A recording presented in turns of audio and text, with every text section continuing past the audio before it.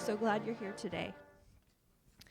So before we start programs, we like to read a brief land acknowledgement. The Scarborough Public Library acknowledges that it is located in the traditional homeland, past and present, of tribes in the Wabanaki Confederacy.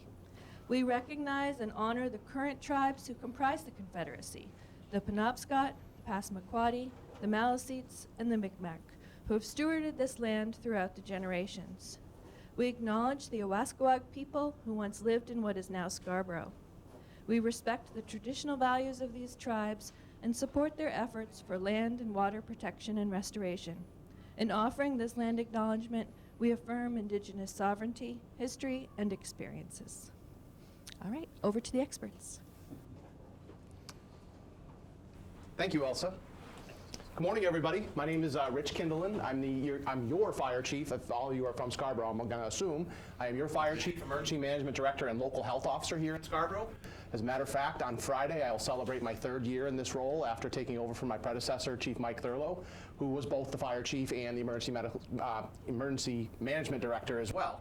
I'm very proud to be here. I'm glad to see a crowd here. This is our 2nd opportunity to deliver this program, and we're going to try and have it a little bit, especially in the wake of what we all went through last year. We're going to try and have this a little bit more frequent, and maybe even do some stuff up at our building as well, where we have a little bit more room and maybe some opportunities to do some different things. This is an emergency preparedness and management and preparedness presentation. We are the fire department. We are the ambulance as well. If you have questions at the end about those things, please feel free to do that. But the concentration of this presentation is really going to surround emergency management, things that we can prepare for, and those types of things. I'm super proud to be here with my partners, who I could not do this job of emergency management without. And some of them are here. And please, if I get anybody's name wrong, please forgive me. As I said, that's myself. I absolutely could not do this job or be where I am today without Division Chief Gary Sandler. He's a Deputy Local Emergency Management Director as well. He's been with Scarborough 37 years, so he is my historical connection to everything. He's been in the call division as well as the Deputy Emergency Management Director for that 37-year period. And he really is the left and right arm of me when we start getting into this stuff, so I thank him for that. Another person who I've known for a very long time, Chris Wheeler. First time I ever met you was at a boating class that you were teaching just out of the Coast Guard. I think you were still in Coast Guard, maybe. But he's from Cumberland County Emergency Management Agency, and we're going to take a minute in a little bit to talk about that relationship between Cumberland County Emergency Management and us. They are absolutely vital piece to us being able to perform our emergency management functions. As always, Stephanie Cox from Project Grace. She's always on spot. She's always ready to give any help that we need, anything. She provides a lot of assistance to our fire victims, to anybody that has an issue with their home, short-term assistance. She's ready to go, and I think she carries a bag or a box that has something of everything in there that you say, I need this, and she says, oh, I got it right here. It happened at Christmas time for a situation. She's like, oh, just wait a minute, I got it right here, and can't pull it right out of her bag. So thank you, Steffi, for your partnership and all your help. I really appreciate that. Nancy Crowell. I met her in 2018 when I came on board. Chief Thurlow was still doing the emergency management stuff, and Nancy was the library director and an absolute rock star in preparedness and emergency management. She was always willing to help us. This building itself has been a long-time partner as far as sheltering for heating and cooling shelter, charging stations, things like that. Of course, the library is not set up to be an overnight shelter. That's something that we'll talk about in a little bit. But this has definitely been a great place. The problem is that this place doesn't have a generator yet. It's coming very close, thanks to Chip working on that stuff. So this place will be even more robust, the library, once that generator lands here and we have some opportunity. The only building that we can use now is the public safety building. And one of the things I always try to mention is the public safety building is not a great place to have a shelter. Because what are we doing over there?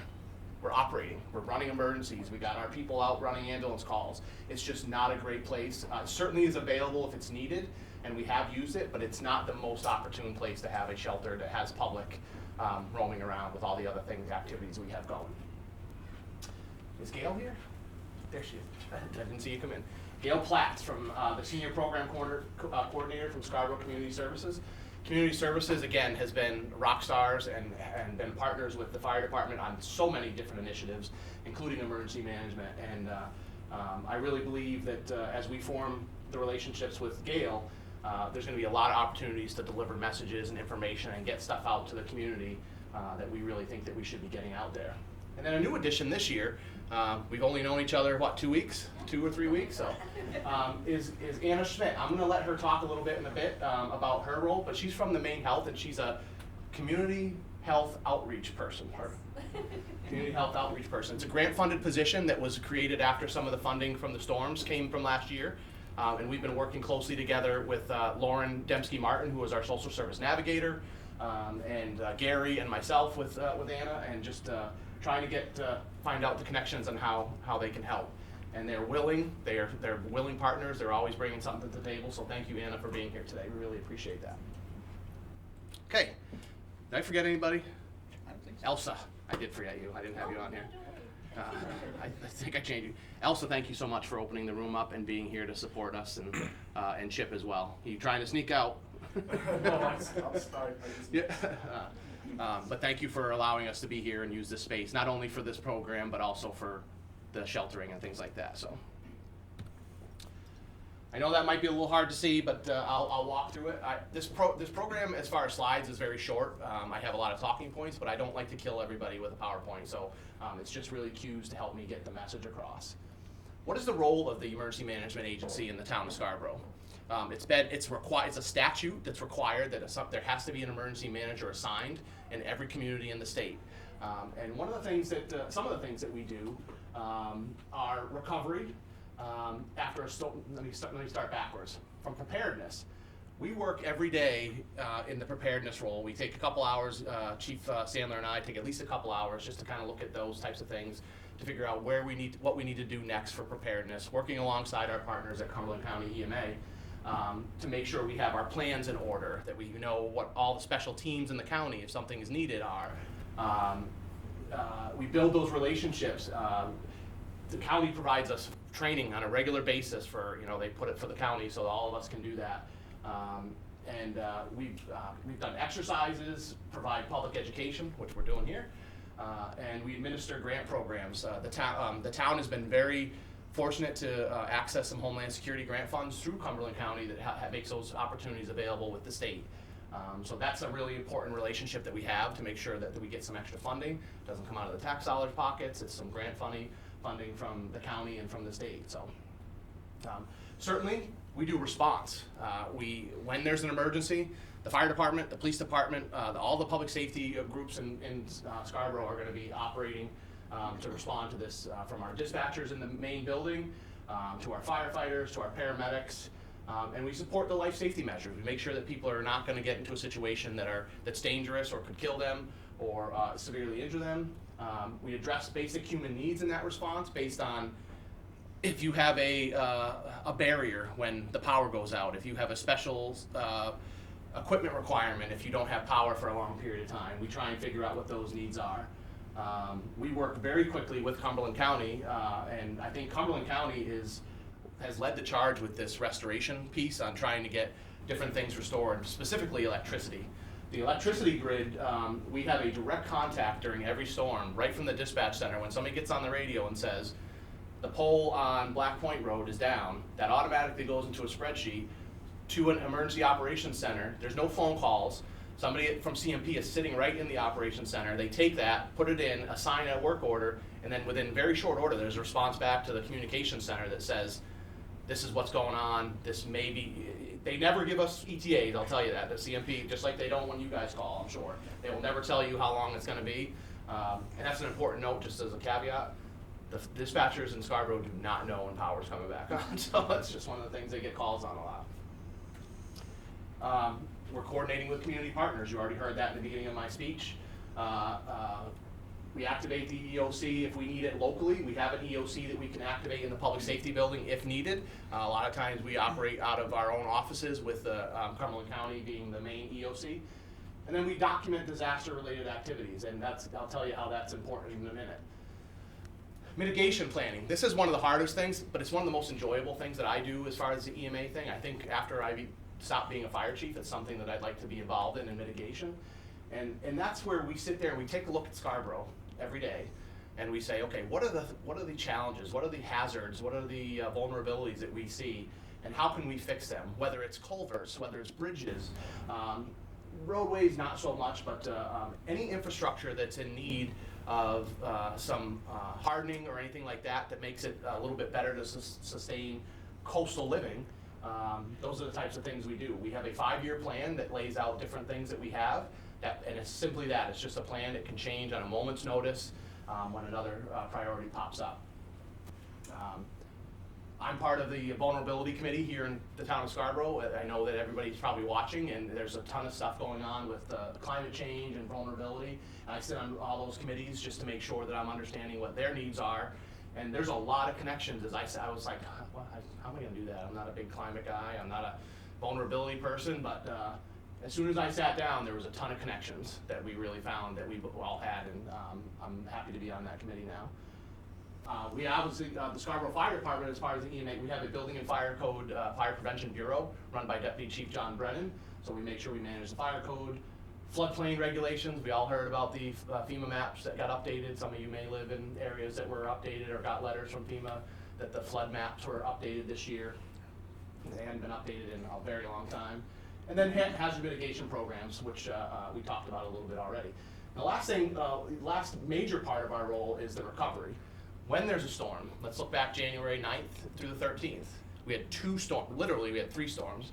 We had a storm, and we had snow, and we had another storm that really caused us quite a bit of a pickle during that period. After that's all done, when the rain stops, when the wind stops, and the waves slow down and things like that, we have to move into recovery. And what that means is we're out on the road doing all the damage assessments. And for anybody who didn't see pictures from last year's storm, there was extensive damage in our coastal communities. And I was telling Nancy just before we started, in my career, the biggest amount of damages I've ever had to go to FEMA for was about $70,000. I'm on the hook this year for $5 million for damages in this community from that storm. A lot of it's been repaired already, and some of you, if you live in Proud Snack, you know that that street has not been repaired yet. That is a long process, and that one alone is $4 million potentially that FEMA will have to come up with. Now, there is a local match. The town has to come up with some of that money, but the majority of that money does get reimbursed through FEMA to get those repairs done. But it's a process. It's not something that is just handed to you. You have to go through a lot of work. I'm very proud to say in January, Gary, you can attest to this, that within 24 hours, there was no debris on the roads. Between Public Works and Risbera, they came out, they cleaned up Higgins Beach, they cleaned up Pine Point. The problem we had with Pine Point, unfortunately, is we had to pump over 1 million gallons of water out of that neighborhood with a fire truck that we were selling anyway, just because we didn't want to put salt water through. But that neighborhood was flooded. It really was. It was really bad, and the drains didn't keep up. And if you know Pine Point, the water came in from both sides. It came in from the ocean, and it also came in from that back marsh side off of, not Jasper. Pine Point Road. No. Behind the clam Carson's. bakes. Carson's Road. Jones Creek. Jones Creek, thank you, Gary. That's why he's my historian. But we spent 9.5 hours, the town manager was out there with us. We spent 9.5 hours out there that day just pumping water to get it so that people could at least get back to their homes and start doing some of that stuff. And just to add to what that was, if you're around Pine Point, the storm drains aren't like up here tied to the sewer so the water goes. All they are dry wells. So once they fill up, it's like filling up your sink with a stopper. It can't hold any more water. So that's why we had 2, 3, 4 feet of water down, because it's low, it's at sea level anyway. And then you get all the wave action coming up from the ocean, from the front side. And like the chief said, from multiple directions, we had the clam bakes dumpster floating across Pine Point Road. I mean, it was a bunch of water. And like you said, we pumped over 1 million gallons, about 8 hours. 8 or 9 hours. Yeah. Well, and the other statistic, and I might not have this exactly right, but the sewer department normally pumps about 1.2 million gallons of water from their pumping station down at Pine Point. It was over 4 million gallons, I think, that they processed through their pump station because they were just trying to keep up with that. and they did a great job with And, that. and it wasn't just us. We had Public Works, like Yes. the chief said down there. I Sewer actually department. went to Public Works with them and got 2 extra pumps. So we had some mechanical pumps we were using, plus the fire truck.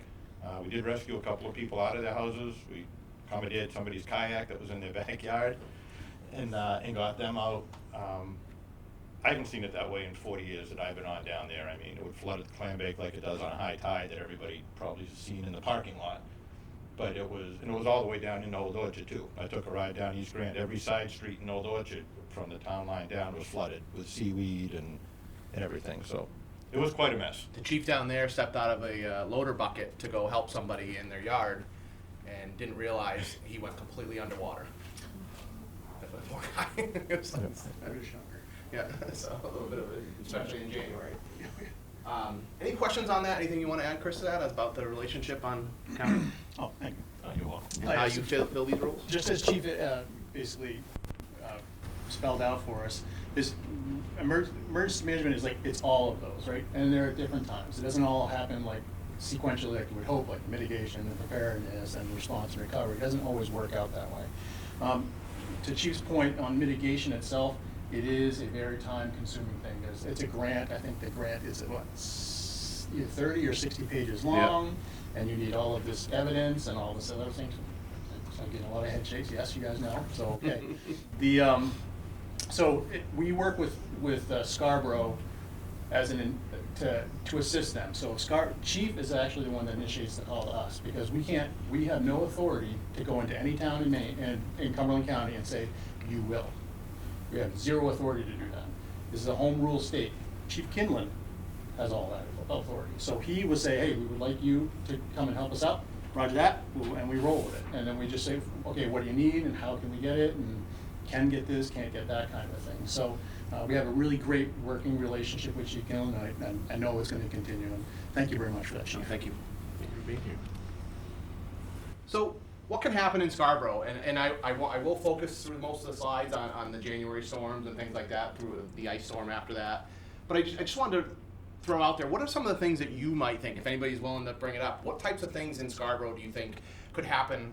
And let's not talk about a house fire or an emergency medical call that we do every day. We do that every day. I think we're really good at it. I'm proud of my crews. Some of the things that you would think might be considered a disaster or something that could impact your neighborhood or family. Anybody have any thoughts? Lost power. Lost power, that's a great one. And that happens more often, I think, than most people expect. And there's areas in Scarborough that are much more vulnerable than others. Take a lot more to get back on than others. So that's certainly one. I mean, there's a few examples on there. Seems like, does anybody think that windstorms have become more and more? The wind is just unbelievable lately in the last couple of years. It just seems to always be blowing. And when it does get bad, it gets bad. It gets bad quick. It gets bad quick. Luckily, we're far enough north that we haven't had much impact by hurricanes, but it's not impossible. That certainly could be major hurricanes. It certainly could be tropical storms. We're getting snowstorms. That is a huge issue for all of us. We have great resources to clean up and get that stuff moving, but that can be problematic for some people if we get multiple feet of snow or a significant amount of snow to get that cleared. Summertime, thunder and lightning storms, it feels like we lose power a lot in lightning storms around here.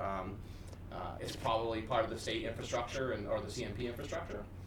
And then some of the smaller ones, not smaller, but less likely, traffic incidents that are major. I say that we had one on Friday night on the turnpike, so that caused a lot of, caused almost 3 hours worth of work just for, and we had to coordinate different resources and all those other things, so that can definitely happen.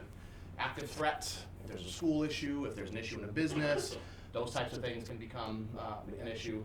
And hazardous materials. We have a railroad that runs through this town that's very active, and we have Route 1, we have the turnpike, we have 295 not far away, or the 295 interchanges, the spur, 701 spur, that have a high likely of incidents that could potentially be hazardous materials and could cause us to evacuate large spaces and things like that. Those are the types of things that we just talk about just to share. Does anybody else have anything that they might consider a disaster in their neighborhood? Chief, can I chime in real quick? Sure, please. So, does everyone here remember Hurricane Lee? Well, like last year, was it? Oh, yeah. So, looked like originally it was going to hit Penobscot. It was a Category 2 hurricane. A Category 2 hurricane in Maine, with all of the pine that we have, would be devastation, almost like a bomb hit, right? So that's what we were anticipating before it took that little right turn, which caught us all by surprise. Thank you. It was awesome. But we were all communicating. We had meetings. We had briefs. We had all that stuff. We were ready to go 48 hours before we even started. So we were very much on that leaning edge. Chief was as well. So just because we don't have, like most of the storms that we get as far as hurricanes here are just tropical storms. You know, a lot of wind, a little bit of coastal flooding. That seems to be changing. So if that too had actually gone to where it was supposed to be, we would probably still be in a state of disaster up there in Penobscot. So keep in mind, being prepared for this stuff makes Chief Kindelan's job much easier, and it will make your life much, much happier. Buying a couple extra cans of hash or chili or something like that at the grocery store, or some mac and cheese that you can cook on your propane stove for a time when things go bad, can really make your life much more pleasant than having to go down to the fire department to try and find some food. Okay? It's just something to keep in mind. And when you think about coordination, Chris's office and Chris and his office up there, they're the ones that make sure that we have 20 CMP trucks staged in Saco so that they can hit the widest area, or they're staged somewhere. That all happens in coordination. I just call up and say, hey, these are the things we need. Okay, this is where they're at. And when you need them, just let us know. And that's how that coordination goes back and forth with us. Yeah, to Chief's point, CMP has been wonderful. They have been leaning edge, like we have like little tiny storms that pop up throughout around the county, and we're like, oh, we're looking at this. They're like literally 48 hours out saying, just letting you know, we're standing up our EOC. They have been really exceptional partners. And while we would love to be able to say, hey, we think you should put 20 things on there, they actually do a lot of that stuff themselves with working with Chief as well. I mean, yes, we kind of act as a middleman, but they kind of do that on their own. So I just want to put out a plug to CMP. They've done a lot of efforts on this. They prepare much more. Oh, way. Yes. Yes. They have their own meteorologists. They give us their product. It's great. It's like they are very proactive on, because, you know, every pole's got 2 pine trees over it. You know, it's Maine. So they've been proactive as well. And so great partners. Reminisce a little bit about the April storm where we got the ice and we lost a lot of power in town. They got the power back very quickly. I know some people who didn't have it probably didn't think that, but it was impressive to see how quickly the power came back on with the CMP work and the out-of-state workers that came in and helped. So that was a great example. So this is the message I really hope, if anything, you don't listen to anything other than this today, this is the message I really need to get out to everybody, because I think there's an expectation, and it's partially accurate, that when you call 911, everything happens like that, and it does for the most part. But when we're in a storm and we have massive damage, we have multiple people involved, we have homes damaged and things like that, one of the things that helps us help you is to have a little bit of resiliency built into your own plan. And you can't wait until the day before the storm. These are things you got to think about before you get going, before a storm comes. You have to be ready for 24 hours. For the first 24 hours, in the January storm, in 24 hours, we took 400 emergency calls into the communications center. There's 15 of us on duty on a 24-hour period. 400 calls, and it was just, some of them were very, very low level, but others, we had a fire in the middle of that storm, and our firefighters were in 3 feet of water with their hoses floating back out in the ocean around a large home down in Prout's Neck that was fully engulfed, and they're trying to pull their hoses and walk through freezing cold water in their turnout gear. So those types of things. My point is, if you take nothing else, please get yourself some resiliency for the first 24 hours. Yeah, it might be a little chilly in your house. The heat might be going down. We certainly will find sheltering for people if they need that. But usually in the first 24 hours, I've never had a request for an overnight shelter. People are trying to just see what's going on, try and gather what the information is. You should have your emergency kits should be prepared prior to any emergency for you and your animals. Who has animals? Does everybody have dogs, cats? Yeah, everybody. Don't forget them. You got to have, and Nancy, I'm sure, is going to speak on that a little bit, but I won't take that thunder away. But please don't forget your animals. And plan ahead with your support network. Do you have family in other states or other towns or other places that might not be impacted? I'm going to tell you, we will find you sheltering. Sheltering is not fun. I'm going to be perfectly honest with you. It's a cot, it's a high school gym shower. Those things are all great if you have nothing else to do. But if you have a support network that you can reach out to, if you have the means to book a hotel, be one of the first ones to do it, because during the January storm they were gone like that when people needed them. So those are just some of the things I need you to think about ahead of time to make sure that your resiliency is there, and that buys us a little bit of time to plan, come up with the things that are needing to be done, and get those things done in an efficient and so we're not jumping all over the place. It gives us an ability to sort it all out for us. Gary, anything on that? No, the chief did a good job with that. I think I went over this last year when I was here. When you call 911, we will respond. We will never say no. We will always show up. We may not always be able to fix the issue, but we'll get things going in the right direction. Last year, I think, like I said, I used the example of somebody called me from Massachusetts and wanted me to go put sandbags around their house because they lived on the coast. And I'm like, well, that's nice, but I can't. If I did that for same with a generator. People call up and think we don't have 100 generators just to pass out and run around to get gas. If you need one, we will get one. Either we have a few, and the county has access to some. They have a resource list that's 40 pages long with everything. But we will get it. But it's not something that we can just snap our fingers and all of a sudden, it's there. And like the chief said, especially people with medical issues or have devices at home, I think you're supposed to have 3 days supply of it and a backup plan. If you've got an oxygen generator, you're supposed to have like 4 or 5 bottles. So if the power does go out, you can use your bottles. And like I say, we will come. If you don't have backup bottles, we will leave you an oxygen bottle, or we'll get you somewhere where there is something. But at least 24 hours would be the biggest thing, because we have to do things in priority, obviously. And that's just how you have to do it. It's not just us, it's everybody. And same thing with Cumberland County. One of the things that we do is when we're putting stuff together, what are the things that we can do that creates the greatest impact to the bigger, if it's a huge neighborhood that we can get back online with CMP, or if there's flooding and we can get down to that specific neighborhood and get that cleared up because of debris. And so when we're prioritizing, it doesn't always happen this way, but when we are prioritizing, we're looking at the greatest impact that we can have with the things that we're doing, and that's the order that we go in. It's not necessarily because you have water in your basement and that's a priority to you, but if 10 people in your neighborhood have water in the basement because the neighborhood's flooded, that's something that we would look at a little higher on that. Yes, please. So, and I'm sure you're kind of catching a general theme, right? Resources are limited. Yes, we have a resource list that's 40 long, but we only have like a couple small generators, and then we have a couple medium ones, and then like one really big one, or 2 that we're trying to get back up, right?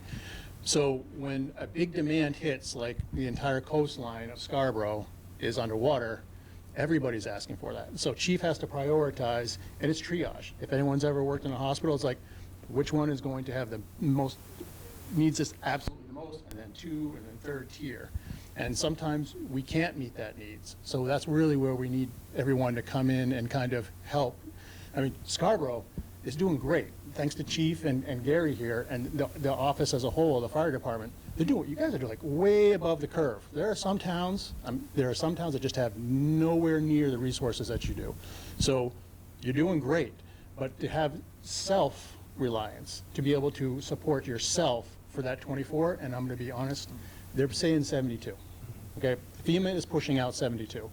Obviously, they've exhausted their resources for last year. They had to have a continuing resolution to get that additional monies through. So that resource drain is drying up very quickly and much faster than we anticipated, or FEMA anticipated. So do yourself a favor, do your families a favor. Have it, I know you said 24, Chief, but if you can have 72, when things go on sale, buy an extra one, especially if it's self-stable, okay? Dried milk, mac and cheese, big ones, kids love mac and cheese, right? So those kind of things will only make it better for you, so that Chief does have that time. So he went as like the super emergency kind of dials back a little bit and it starts working down, like the resources work down, it's a better chance of you getting access to that, so you can sustain yourself that long. I appreciate that clarification. I always go back, the 24-hour rule for me is I'm not going to open any sheltering for the first 24 hours. Because number one, the people are responding. I have my crews responding on calls and during the storm, and I just don't have the staffing or the resources to open up a shelter. Within 24 hours, there will be a decision made on sheltering, and that's kind of what thank you for that clarification on the 72 hours. Yeah, I was just trying to correct. Yeah, no, for sure. That's, but we've done 72 hours sounds like a long time, but we're ready. We get in there pretty quickly. It's just kind of something to think about as you're moving forward. Building an emergency kit. Nancy, I'm going to give you a few moments of time if you want to just. This is your specialty. You want to start it off, and I'll. Yeah, I'll get it going. In addition to having your basic survival supplies, an emergency kit should contain the items to meet your individual needs. Somebody throw something out that you think you might need if you had to leave your house really quick that you would forget. Medication. Medication, yep. That's water, yep. Your cell phone charger. Cell phone charge, that is, even when we open charging stations and warming centers, people show up and they're like, oh, wait, do you have any chargers? We started having some there to make sure that we, but then there's so many different styles of phones. And, yeah. But definitely cell phone chargers. What am I wearing? You run out of your house because it's flooding and you leave your glasses on the side table. Have some extra readers in your car or something like that. I geek out on this. My home vehicle and my work vehicle stays full of gas. If I start to see it move off the E, I fill it every time. Just because I'm one of those people that want to make sure that I'm always prepared. And I don't want to sit in a line at a gas station. Sir? How much you have cash too, because you may not be able to use credit cards or anything. That's a great point. Yeah. Even cyber attacks. Yeah, that's another thing that we didn't talk about. That just happened not too long ago, right? Yeah, well, look at Hannaford. You go to Hannaford, their cards weren't working. When they were working, I think a lot of people were worried that if they swiped their good card that was working, that something could happen. So having cash is always king, my friend. That's something they say. And make sure you're storing it safely. And that we had a fire on last Monday morning over on Colonial Drive, a large fire, and it was cold. It was really cold that night. And some of the younger guys there, we tell them, bring extra gloves, bring extra socks so you can put them on your boots. And because after standing out there for a while, even your fire boots start to get cold, and they're steel shanks, so the cold goes right through them, and so things like that. So that's a great idea. Yes, Sienna? A list of your emergency contacts written on paper. Absolutely. You're never gonna remember a phone number. Who knows a phone number? And I mean, you always have a speed dial or a text. Who even calls anybody anymore? I guess. Just sit down one day when you have time and talk to yourself or your spouse at the same time and say, what are the things I use every day, and just make that list. It doesn't necessarily mean you need those things, but you look at it and go, okay, yeah, I need that. I'm going to take that with me and make sure that's readily available. I told Nancy and Steffi a story. I was the deputy chief in Yarmouth when they had that big explosion back in 2013, where it leveled that neighborhood right off of North Road. And one of the things, the citizens that lost their homes, there was 18 homes that were damaged or lost in that neighborhood, condos and houses. One of the things that the woman said to me at the shelter that we had set up is, I just want a toothbrush. I'd love to have a toothbrush and some mouthwash, and she was still in her pajamas, and she's like, I just would love to brush my teeth. Something so small like that. And then the next day, I had a bag of toothbrushes and toothpaste and kits from Steffi and Project Grace to keep in the office in case those things happen. For a fire, anything like that. Those little things that we all take for granted is something that you make sure you have. And be sure to consider your durable medical equipment. Walkers, canes, if you have a CPAP, things like that, and any assistive technology you need to use, make sure those are readily available with you. I'll let you talk about your emergency kit first, and I'll talk about this after. Oh, you want to see the other one first? Yeah. You can do it all if you like. No, I'm going to let you, Okay. and then I'll do my Vanna White here. Okay. So your emergency kit's health related. We talked a lot about your medications, several days of medications. Yeah, just don't grab one. Make sure you grab as much as you can. You don't know when you're going to go back. It's when you leave, there's never that for sure notice that you're going to go back. Nancy has one up right there. Yep, little pill bottle. Yep. If you're oxygen dependent on a backup supply could help. I believe most companies will provide that. Most medical companies will provide you. If you're vulnerable and dependent on medical oxygen, they'll make sure you have enough. And usually, a lot of the good companies will reach out before a storm to make sure that delivery has taken place. And something like that. Any advanced directives, doctor's orders, if you have special orders that you need to bring to, you do not resuscitate orders or any medical directives, you're diabetic, make sure you have all those things that you can share with somebody if you can't tell us what's actually going on. This was a suggestion, I know most people probably won't do this, but your serial numbers of your assisted medical devices, if you end up in sheltering, there's a very good chance that confusion can take place and things can get misplaced and somebody else might grab something you had. So make sure you understand what types of devices you have and which ones are yours. And up-to-date medical insurance and dental insurance cards. That sounds horrible, but it's just the way of the world. Hospitals and everybody else does not. They want to get paid when they do things. If you have that, it's just going to they're not going to not treat you, but if you have that, it's going to make the after effect when you start getting bills down the road a little bit easier for you not to get bills if you have that insurance information ready. And that's it. Vanna White time. All right. So I have contents here of emergency preparedness kits. And I said kits intentionally because there's several different layers that you might want to consider. A bug out kit, which some preppers, people who really do it the big way, you might think of it as your personal pack, which you're going to quickly keep in your car, leave the house with quickly. That might be one layer. I will say that in my experience, this is going to sound a little dated, but frankly, mom packs, mothers who have to take kids to hockey practice, if you look in their bag, it's not a purse, it's a bag, they have instinctively created an emergency kit. They're going to have the snacks, they're going to have the things that, a pack of Band-Aids, they're going to have the extra clothing for the kids because they know the kids are going to get wet. That's kind of the first layer of a prep bag. We just don't think of it that way. I do want to while it's in my brain, it's a little tangent here, I want to mention 211. We talk about 911 a lot as the emergency number you call. 211 is an emergency line that you can call for all kinds of social services needs, including where is the nearest shelter.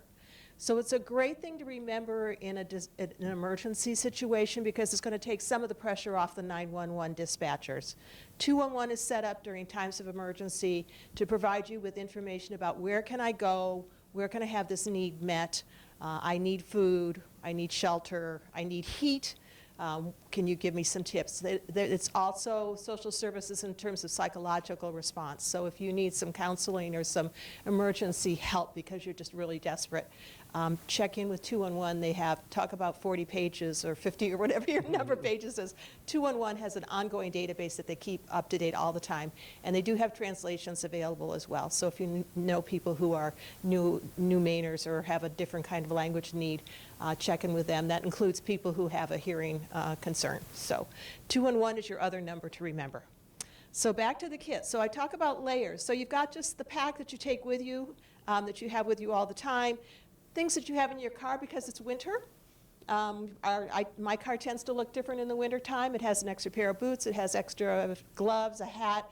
I actually carry walking sticks in my car for safety, for walking. If I have to get out of a car in a difficult situation, I not only have my boots, but I have my poles to keep me upright as well. I don't think I have a balance issue, but by golly, when I get out there in an icy situation, I feel really uncomfortable. So those walking poles are great, and they are collapsible. So those are in my car. Things like backup water bottles.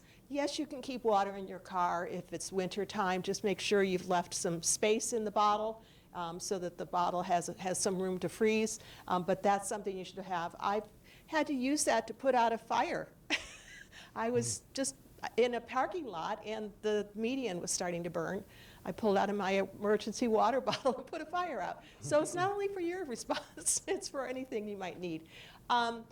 First aid kit, doesn't have to be fancy, but some sort of basic first aid kit. And then as I go through some things on my table here, I'll show you some of the other things you might want to consider having in your car at all times. Snack bar, great idea. If you get stranded on the side of the road, you're going to wish you had some hydration as well as a little snack to keep you happy. Yeah, Rick? Might be kitty litter too in case you get stuck in What? the winter. I Kitty didn't- litter.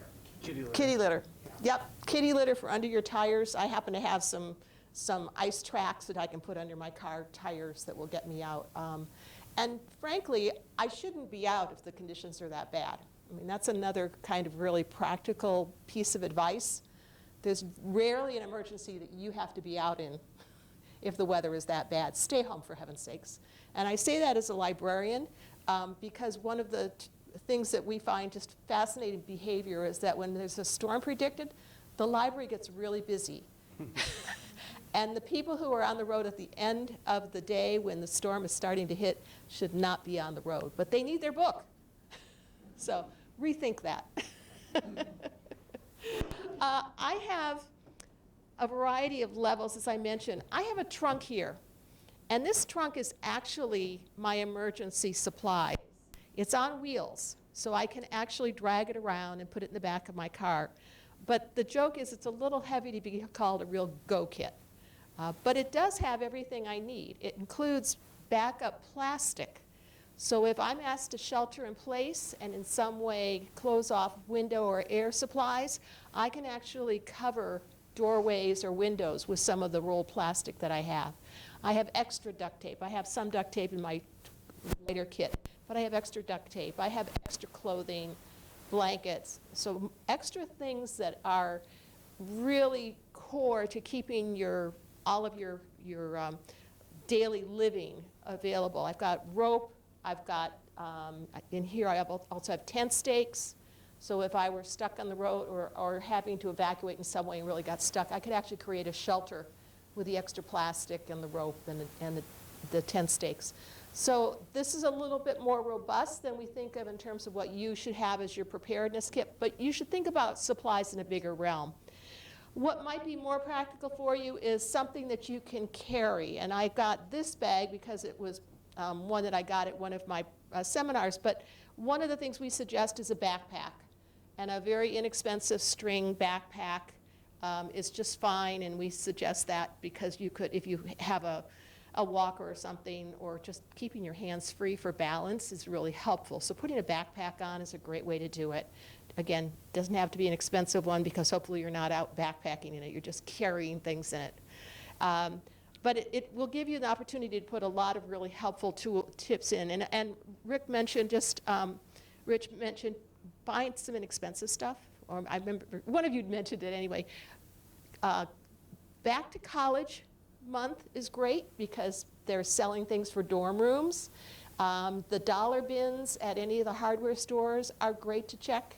And obviously we have dollar stores in our area as well. But you don't have to put a lot of money into it. Buy one thing a month or one thing on each shopping trip, just so you create the supplies that you need. Don't try to do it all at once. But you'll also find remarkably how much you already have in your home. The trick is not to say, I've got it, and then think you're going to find it at the point you need it in a disaster. You ought to be able to put your stuff together within a 5-minute span, and that's a long time. So if you can't grab and go, you're not prepared yet. So first step, obviously, is to inventory what you need and have. The second is to put it in one place so it's all ready to grab and go. That may create some duplicates. So you might have an extra can opener. You might have an extra screwdriver or wrench in your kit. Just be sure nobody takes it out and then doesn't put it back. It's great to check your inventory every 6 months. Again, seasons change, so my kit might be include heavier clothing, extra gloves. I've got leather gloves in my other kit, things that you might need in a different weather situation. You'll want to be sure you have in your kit. So another example of that is during summer, I have bug repellent and sunscreen. So there are some seasons to your kit. It's easier to just keep it all in there at the same time. I will go through some of the things on the table here, but another thing to just keep in mind is I actually have a toilet here. Looks suspiciously like an old spackle bucket or an old utility bucket, but I thought of that too. And all of the things that I have in my kit actually do fit into this bucket, and the bucket actually fits into my trunk. So it's all in one spot once again. But if I have a need, back to Rich's kitty litter. Kitty litter can go under my tires, but it could also go in the bottom of a bucket that I might need for a toilet if I'm stuck on the side of a road. I've got for all of my kits, whether I have the bucket or not, I do have some toilet paper, and in the center of the roll of the toilet paper, I do have some little baggies and hand wipes just to help with the sanitation, but that's a very small thing, but very, very important. And that can apply if you're in a shelter too, because shelters run out of toilet paper. So this is really great. So again, things that are portable to get out of the house, your bug out bag, your personal carry bag, something that you keep your hands free as much as possible. I also have a pet carrier. All of our shelters are theoretically set up to have you bring your pet with you. They learned during Katrina that many people were so attached to their animals they were not willing to evacuate, and many, many people were lost in Katrina because they wanted to stay home for their pets. FEMA responded by putting together volunteer corps. The CART team is the one that we have in this area, and it's still active as I understand. And those are volunteers who will be at the shelter to assist you with having your pet there with you. So a lot of things to keep in mind. There is security involved, so if you have a pedigree pet you're concerned about, please bring your pet anyway. We want you to be safe. Bring your pet. But you should have a carrier. You should bring some food. Bring a toy that your pet might be familiar with. Bring a lead or something to walk your animal with. But in all cases, evacuate. And yes, you can bring a fish, you can bring a bird, you can bring your iguana.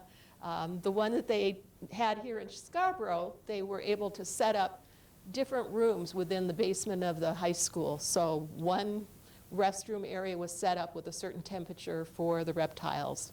Another was very carefully monitored, so cleaning products didn't affect the birds.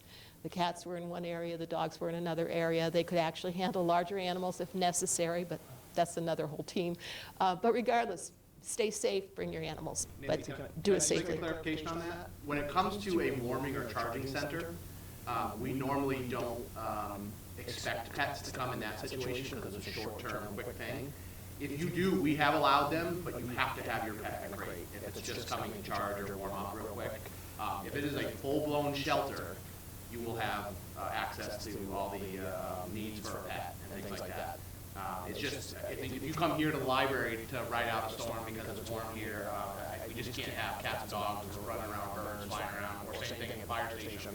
But if we turn to the full shelter, which the high school is our designated Red Cross and Cumberland County shelter, and we can stand that up with their help if we ever need that. Luckily, the town of Scarborough's folks are very resilient, and we don't get a lot of requests for long-term sheltering. And a lot of times, the last big storm we had about a year or so ago, there was a need for a shelter, and St. Joe's College opened up. We won't open up shelter. When the Red Cross comes in, we're not going to open up shelters in every single community. You may have to travel to St. Joseph's. You may have to go to Portland. Wherever the most need and the most help can be done in one area, that's where that shelter will be. But we are prepared. We have the equipment. We have we certainly have the support to open the shelter at the high school if we ever had to. Great, so let me go through some of the things on my table here. So we discussed briefly the issue for medical information. Valuable papers, something you should have together in one place so you can grab and go these. A waterproof case is great. Examples are passports, social security information, any immunization records, particularly those that might be current. If we've got a pandemic or something and you've been vaccinated, it's good for you to have those records. Bank account information, credit card information, numbers. Property insurance, great if you've got some pictures of your property, because what you go back to may not be what you left. So any proof of your last existing conditions for the insurance company would be really helpful. Family pictures are really good because if you have to reunify with someone, letting them see who that person is that you're reunifying with will just assist with that. I hadn't actually thought about your advanced directives, but that all goes in with your personal information, medical information, a medication list, essential on your medication list. Yes, I'm not talking about a warming, cooling center. I'm talking about a shelter now. If you have to have a refill, Red Cross is actually set up to find your refilled information or medication for you if you need to do that. But they need to know what it is that you're on and what your dosage is. While we're in the paper realm, surprise, our generation actually knows how to use paper maps, and it's a really great skill. if we're in a situation where we don't have power or digital resources are compromised in some way, we don't have cell service or whatever that case may be, and we have to leave our area and go someplace else, having a main atlas or some paper maps to get us out of our, literally out of our state, out of our region, having paper maps is going to be a surprising gift to us. So don't forget the paper map is still a real value. First aid, we talked about some Band-Aids. Well, you can go up a level, you can get a little really simple first aid kit to hang on to, keep that in your car. My first aid kit is a little more robust. So this is my real first aid kit. And this is an example of something you don't want to try to buy at one time.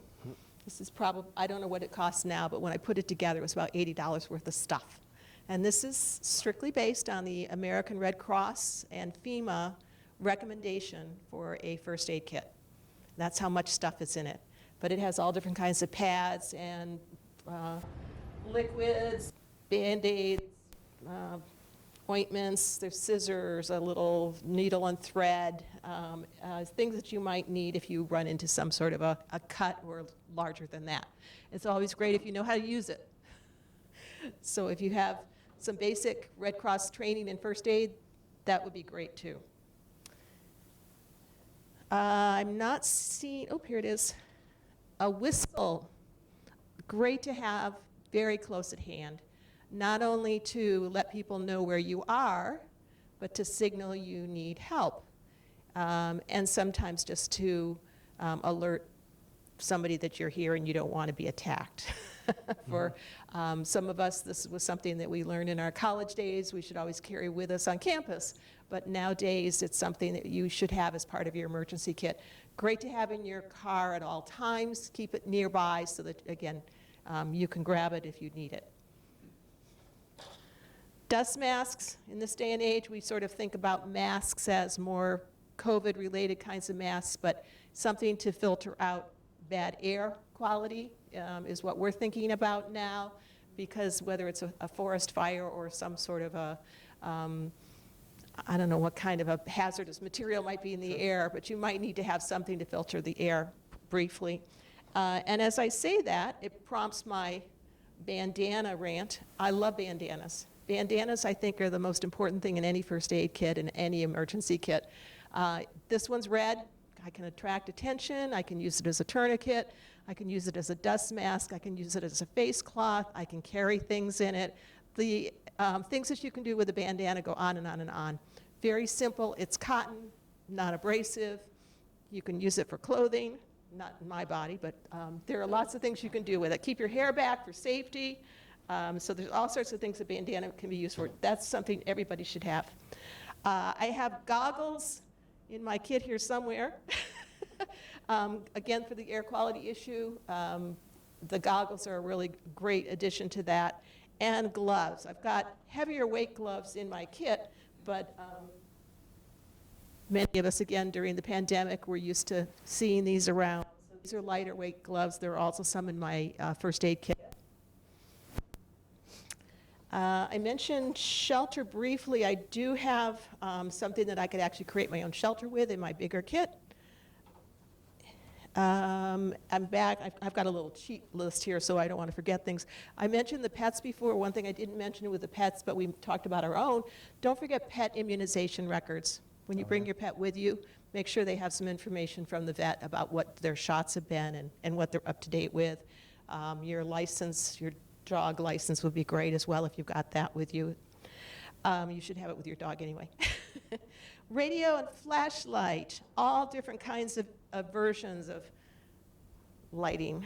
So this is just a very simple one. You just pull it up and it lights up. LED lighting, it's great. I like these because you can hang them on whatever. So if you've got a walker, you can hang it on your walker and find your way. You can carry it, you can tie it to something, and it's just pushed down and it shuts off. My favorite thing, which I keep all the time, I keep this, I actually have several of these around the house, is my headlamp. This one has a little angle to it, so it's great reading light, but this is something that I wouldn't be without, and as a result, I've got several of them around my house to grab if I need it. And a radio. Cool little radio. This is a crank radio. It has a little solar panel on it. It has a phone charger in it. It's a very powerful LED light. I have not cranked it, so I don't know that it's going to work if I pushed it. It also has an emergency alarm on it. It has an AM/FM radio and a weather band. The weather band is the radio station that you tune into to get the National Weather Service report on what's going on. And in our state, I believe I'm correct on this, it's Maine Public that is our emergency alert system. Is it every radio? Help me out with this one. It's two different things. Yeah, I think, so you have the EAB. alert, yeah, and then you have like the radio stuff, that, like when you get like the alert on your cell phone where it says, oh, X, Y, Z, that's like an iPause thing, it's like its own little thing that the state runs. As far as like the radio goes, I actually, honestly, Nancy, I couldn't tell you what the frequency is or the name of the radio station. Actually, Maine Public does a little test every month, and 162.550 megahertz. There you go. Gary does radio stuff. So everyone knows if you need a radio program. They're all pre-done on those weather radios. There's 7 of them, I think, depending on where you are in the state. But it's the thing that goes constantly 24 hours a day, 7 days a week, not just for storms. You can always get the weather on that. And then local information for emergencies is through the broadcast system, and that's where I know Maine Public is one of the radio stations. I think there's some others that are on the loop as well. There's also more intriguing ones, a little bigger. I will tell you, lesson learned. This is the box for my radio, which is at home, ready to grab. My lesson learned was during the first big power outage, major storm, I glibly pulled out my fancy DNC radio, and I was in the dark. I couldn't see a thing on it. I had no idea how to work it. I did have my headlamp, and I did some studying and got it to work, but it was a perfect example of know how to work your equipment. It does no good in a box. It was great once it got working, but it was a little frustrating to figure it out. And now I'm older, I will admit, and I need these before I get into that. So glasses, be sure you have extra readers as well, and I would always recommend an extra set of readers in your car. But readers were the first thing I had to grab before I could use my radio. And just so everyone knows, there's examples of a list like Nancy's talking about over on that table on the right-hand side. Help yourself. Bring one home. There's like little paper ones, there's laminated ones, all kinds. I think it's a good resource. So radio and flashlights, phone chargers, we talked about that earlier, and extra batteries. Don't leave your batteries in your equipment. Put them in a little Ziploc bag with your equipment, but if you leave it in, unless you're checking it regularly, there's an excellent chance that your batteries are going to corrode and completely destroy the effectiveness of your electronic equipment. So don't leave batteries in your flashlight that are in your kit. Same thing in your car, keep them right next to your equipment. I have both. I actually leave some flashlights operating all the time with a battery. I just accept the fact that I have to check my batteries regularly because cold weather will compromise batteries. So just think that through a little bit, but make sure you always have batteries available for your equipment. Tools, a basic set of tools is always helpful. So I have a utility knife. I have a Swiss Army knife. This is not a fancy one, it's just a really basic one, but it's so fancy it's got a little toothpick in it, so must be good. I've got what we used to call a Leatherman somewhere here, but I'm not coming, here it is. This is a small version of one that opens up and it's a pair of pliers and has a set of different kinds of knives and blades and screwdrivers and can opener, but it's a simple small one. Now, it's an LL Bean. You don't need an LL Bean, but it prompts me to say, my family knows what to get me for Christmas.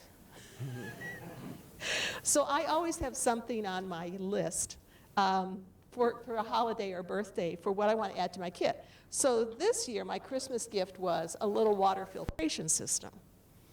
Again, a simple one with a straw, but it's something that I didn't ever have in my kit, and I thought that it would be a nice addition. So tools, again, things, if you've got a situation where you know you have to turn off gas or something with a wrench, be sure you have the wrench available quickly so that you can turn off whatever it is at your house that you need to turn off. It's not in my kit because I don't deal with that, but if you have that need, please be sure you have the tools you need to shut things down at your house. Nancy, can I assume that you'll be here for a little bit after this? Yes. Can people come up and take a look? I want to give Yes. Anna some time Oh, as well sure. to make Let me sure. wrap up with a couple of other suggestions here. We did talk earlier about cash. Cash is king. Several $100s, not inappropriate. In cash, some coins. There aren't too many things that have coin op anymore, but it's still a great idea to have some coin. I was just thinking about the need for a hotel room, for example. It may be that you go to a hotel and they're not taking credit cards. You may need some cash, but cash is really important for you to have a little stash of on hand. The ATMs may not be working. Extra keys to your house, to your neighbors, to family members. Think about ways that you're going to have to get into places that you need to evacuate to. Food. This is shelf-stable milk. Comes in all different varieties, but I always keep this on hand, and I have had to use it. We think about disasters, but think about also a medical emergency. In my case, I live alone. I had a medical emergency. I was a week on my face for recovery of surgery that I hadn't expected. It was emergency surgery. Fortunately, I had enough food supplies in my house to continue, but I needed milk, and I did have my shelf-stable milk supply, and I was able to grab it and use it. Cans that have pull tops are great. That's just stew. You can buy vegetables of different kinds. The nice thing about canned vegetables is that they also have liquid in them to keep you hydrated. And then talking about hydration, water. Recommendation, 72 hours recommendation on water. A gallon per person per day is the recommended amount. Couple of tips. You should not reuse milk bottles for your water supply. Use only water bottles for your water supply. Milk has a certain something in it. I want to say it's a protein, but something that can go bad and can taint your water, make it unsafe for you. The gallon per person is a recommendation for hydration and basic hygiene, not enough to flush toilets and not enough to do major hygiene or wash clothes. So that's only a baseline, and so keep that in mind, a gallon per person per day, and probably you're going to need a lot more than that. I do have a 2-gallon carry jug that collapses in my kit, so I could fill that up at least to grab and go with, but I always have backup water supply at my house. You can come up later, but you'll also see I have important things like can openers, things to eat on and with. So those are my silverware. And then the things that you might need for if you have to go to a shelter. So this is a personal supply bag. It includes things like clothespins, the toothbrush, toothpaste. It's got the bug spray, hand sanitizer, soap, medication. And another quick tip for you, if you do have to go to a shelter, now in my kit, I've learned from the Scarborough experience, to include earplugs and eye shades. Shelter is always lit and it's always noisy. So bring your own pillow if you can. And then a space blanket. This is just essentially a piece of plastic with some foil on it. It's going to be appropriate for you to help keep the warmth in your body. It should be in your car as well as in a kit. 1 or 2 of these in your car is a great thing to always have on hand. Hand sanitizer, and last thing, I guess, I can stop with this. Warm clothes. I mentioned warm clothes earlier, but kids, your stage of life, don't forget to think about what your family stage of life is. So if it's older folks like myself, think about your personal needs. Do you need sanitary devices? Do you need Depends? Do you need things for your hearing aid? Do you need something on the additional side in terms of supplies for your daily needs? Don't forget to put them in your kit. For children, don't forget, and for you too, don't forget things that are keeping you comfortable. Do you have a deck of cards to keep yourself occupied, crossword puzzle or Sudoku or something that just keeps you from going a little stir crazy? Kids need their loveys, their hugs, something to keep them safe and comfortable, and then snacks. Don't worry about nutrition at this point. Put some snacks that are going to be comfortable. Chocolate is great. So don't forget the kids. If you are going to have grandkids with you, don't forget to bring things for them as well. So I can stop there, and you folks can cruise my display later. And Anna. So Anna, I was hoping that you could just, as the newest partner, just come on up and just introduce yourself and tell us what Maine Health and your position brings to the table now. So thank you all so much for being here. My name is Anna Schmidt. I'm a community health worker with Maine Health. And I am on this really specific project around storm response. So as we were discussing today, those storms that we had last January that really decimated Scarborough, all of that flooding, this is a federal grant in response to those storms. So this is funded by FEMA, which you're all aware of what FEMA is, and then also by SAMHSA, which is the Federal Mental Health Agency. And this is a project really intended to provide supports and services for folks in that mental health and that resiliency realm in response to storms and in response to climate change. And so something that I'm able to do is provide sort of one-to-one counseling.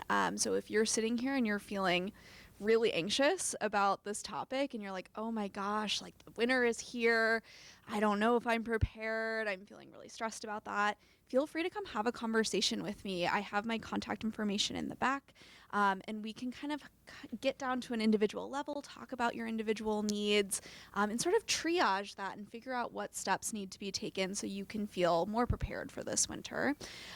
Also, if you're still having impacts from last winter, I know that Scarborough impact was huge and it was a really difficult time for this community. So if you're still feeling impacts from that, that is something I am more than happy to continue discussing with you. And if your needs are sort of beyond just individual conversations and you think that you would benefit from further mental health services, those are referrals that I can make for you. I can also point you towards other resources like food pantries, fuel assistance, 211 is always a great one, those types of things as well. And even if it is just like, I'm getting up in the morning and I'm feeling anxious, we can kind of talk through strategies about what might help you in that moment. So really thinking about the mental health impact of emergency preparedness is sort of what my realm is. Any questions? Great. Well, I will be in the back. Feel free to come chat with me afterwards. Thank you so much. This is a great new resource that we haven't had, and to be honest with you, I've never really thought much about it until we were contacted by by Anna and her partner Barbara. I'll say her name wrong. Barbara Ginley, yes. We also have a social service network. So anyway, it's a great resource now. I'd like to see eventually some sort of connection with the person sitting right next to you, Steffi Cox. She does very similar work. And to know that you have some additional funded resources is, I think, a good opportunity to have those discussions. I also wanted to make sure I didn't miss, and apologize if I don't recognize, Karen Martin said that somebody from State Farm Insurance might be here. Is there anybody in the room from an insurance company that wanted to? Okay, just want to make sure I didn't miss anybody. I will just say that they are one of your best resources. I know they're not always fun to deal with, but if you have issues as things start happening, whether it's a fire, disaster, anything like that, the person that's going to help you the best is going to be your insurance agent to make sure that you don't get yourself in trouble. There's a lot of nefarious people out there that are going to come around immediately after the rain stops and the wind stops blowing to try and sell you services and things like that. Your insurance company, your homeowner's insurance company, will direct you as to what to use. As a matter of fact, they'll have a list ready to go. Hey, this person's in your area. We've used them all the time. It may not be the same person you use all the time, but I'm betting that person's going to be pretty busy as well. So please always remember, one of the first calls you make after some damage to your home or you have some sort of claim is to your insurance company. FEMA will not, even if FEMA comes in and helps and does individual assistance like they did in January, which was the first storm I can ever remember doing individual assistance, it's going to be months before that money arrives. So there's going to be, your insurance company might cover it ahead of time, or may cover some stuff, and then FEMA will do some of the other things. So there is some resources after a storm that FEMA will bring to bear, but they are not, we're a year out, and I'm still working on last year's storm with some projects. So. Yeah, let me real quick here. So on the individual assistance, if I remember correctly, and I'm pretty sure I do, they only really cover uninsured things. So if your home was damaged and some aspect of it was not insured, that's when they start looking at the individual assistance stuff. The stuff like trees down in your yard, fences, unfortunately, no. Small private roads, 2 ways out, no. So just keep that in mind.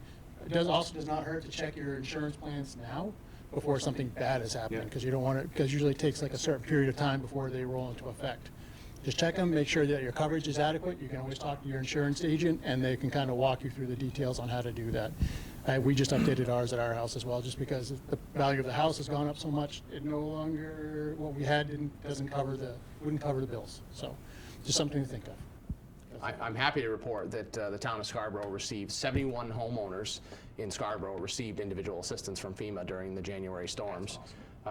71 applied. I can't say that every single one, but 71 people applied, including 3 small businesses that I do know got resources from that storm. And again, it was so successful. The April storm that came around, everybody was asking, well, where's individual assistance? And they didn't do it for that storm particularly, so because a lot of it was mostly trees and outside property damage to most stuff. So, Gary, anything else? Just one thing that Nancy reminded me of when she said video stuff for your insurance company or for yourself. Video everything in your house, and it doesn't have to be fancy, just with a phone in each room, your valuables, whatever, send it to somebody. Just in case your phone breaks, you lose it. If you're familiar with the cloud, you can put it up in the interweb somewhere so you can get it later. However, we did the same thing here in town. After the January storms, we were fortunate enough that the police department has a drone. I had them fly the whole coastline, Black Point, Pine Point, and assess all the damage. And that was a really big help to FEMA. Our problem was we didn't have pictures of before. So I had them refly it in October. For when we get the storms this winter, I can say this is what it was in October. So that's something we learned, and not that drones have been around that long, but I'd never thought of it. But it's your house on a smaller scale. Take pictures of it and make sure you or somebody can get to it. And we did the same for the towns, because we know we're going to get another one of these 100-year storms every couple of years. Yep.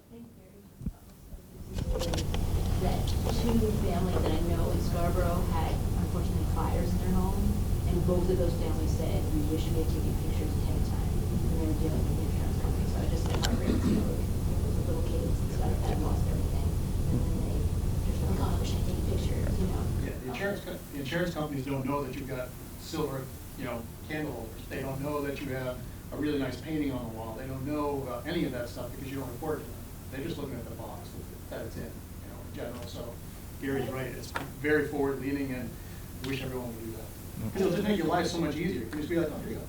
Done. I have a question too about Meredith Anderson. This is Mary Hadlock from Southern Maine Agency on Aging.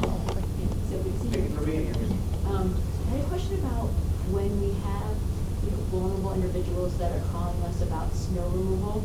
And I know it's not something that like the fire department, police department can come and remove people's snow at their home. But just when people call us to say they're not going to go out to their doctor's appointments, or they're not going to go out because they're like scared about that risk, then we just know that maybe problems can get worse, because they're not getting the medical care that they need.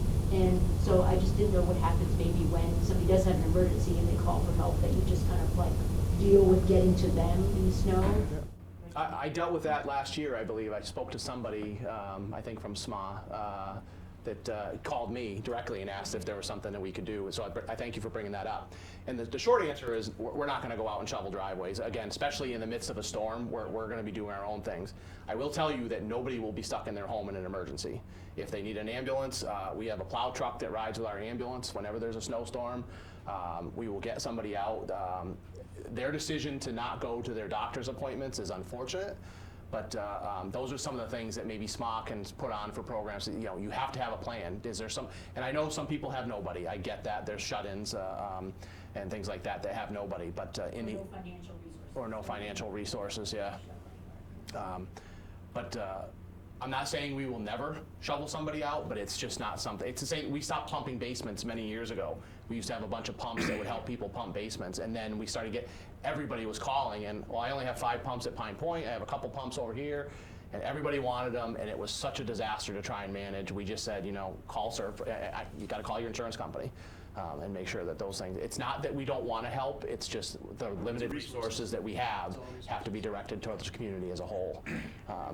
Knowing your neighbors. Too. Like, it's so important to, you know, chat with your neighbors long before an emergency happens, have their phone numbers. You know, I would absolutely shovel my neighbor out if it was needed. And so making those connections before you ever really need them, I think is so beneficial. Yeah. I do, you know, we see it all the time on the EMS side. You know, I do recognize there's people that just won't ask and just won't even open their front door. I had the great opportunity to do Meals on Wheels one day and it was just really, it was neat to see and talk to some of the people, but it was really sad to talk to some of the people who were waiting for that knock on the door for that meal, for just to talk for 5 minutes with somebody. And it was sad in a good way. I don't want, you know, it really opened my eyes on that there are people out there that won't ask. They're going to wait for somebody to come to them. So, yes, Steffi. At the beginning of COVID, when we didn't know what it was, we, the world, and we right here in Scarborough, the town of Scarborough, Project Grace, and a couple others collaborated together to immediately set up places where you could get some local information. A call program, community services called everybody on their list who typically came to senior lunch or something like that. And those sorts of organized check-ins are great. Yes. You know, a lot of faith organizations have their membership lists or clubs, and to call your groups, your book club, whoever, just check on people. When I was about 40 years ago, I was staying in one of the beach communities, and my friends in the community said, "Are you worried about being alone? A big hurricane was coming." No, I wasn't worried because I was young. I didn't know I should be worried, but I wasn't worried. And then the guy across the street came over and said, "What kind of heat do you have? If you get scared, you can come over here." And then somebody I didn't know with a uniform came and knocked, because they were going and knocking on all the doors. One of the local firemen who lived in the neighborhood just went around knocking on doors. If he saw lights on, he knocked on the door. And those really made an impression on me, that somebody just knocking on the door or leaving a note. "Here's my number, I live at number 14. That, you know, because some people don't answer the door, they're nervous about that. But if you leave a little note in the box, they might call you. So That's a wonderful point. Those are nice ways to knit us together. And Mainers are good at helping each other. We really When the chips are down, everybody comes to, walking after the neighborhood, Higgins Beach, after the storm literally stopped like an hour before. Everybody was out picking up and talking to each other, talking to us, thanking us for being around. Now, I'm not going to stand up here and be naive that we're not going to miss somebody. We understand that that's not something that is completely within our control. So, but I am really happy and comfortable, and I am satisfied, like you said, about the way this community really does pull together when there is a need. Any other questions? I guess I'm going to close with one other thing I wanted to mention that I didn't mention is notifications. Yeah, there are a lot of great notifications. We have a public information officer within both the police and fire department that manage social media platforms. If you want up-to-date information during a storm, the best up-to-date information during a storm, it's on the Scarborough Fire Department page, Facebook page if you have Facebook, and Twitter. Police is the same, and the town of Scarborough copies all our stuff and puts that out there.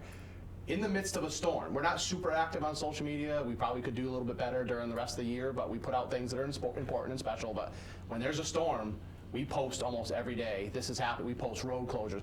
Julie, my assistant, she's really the boss, but She jumps right on there, and she comes in and sits in the dispatch center as roads are closing. Hey, this road, and we'll put it out on social media. It's kind of clunky, I get that, but we get a lot of engagement. We see a lot of engagement from social media, and our communications director at Town Hall, Allison, says that there's a lot of people looking at that information. So if you want the most up-to-date information without having to call the 911 center to ask about it, follow our pages. We make a point of that being our one of our major information pieces, and it's certainly going to help you find out what's going on. And I don't think you have to have a Facebook account to reach your Facebook page. That's correct. Only if you want to respond or participate. You're way smarter than me on that stuff. You read the Facebook page regardless. Yeah. There is a code red process. I'm not going to get into that because I don't know a lot about it. That's also a great opportunity to register through the code red platform on either our page or on the police page. But sometimes I worry about that platform a little bit because there's some other non-emergency stuff that goes out on that on a regular basis, and it can sometimes create some white noise in the background. But if that's something that is helpful to you, that's an opportunity for you to sign up on, and you'll get phone text messages about things that are going on within the county, through county, yes. County manages that, so. I have code red, and I don't think I've gotten too much junk. I think I got a silver alert one time, which was unusual, but that's because of the district I was in. I think it was reeled in because I remember talking with my predecessor, Chief Sandler, and they were sending out school closings and things like that, and that maybe have gotten, that's an emergency platform, really.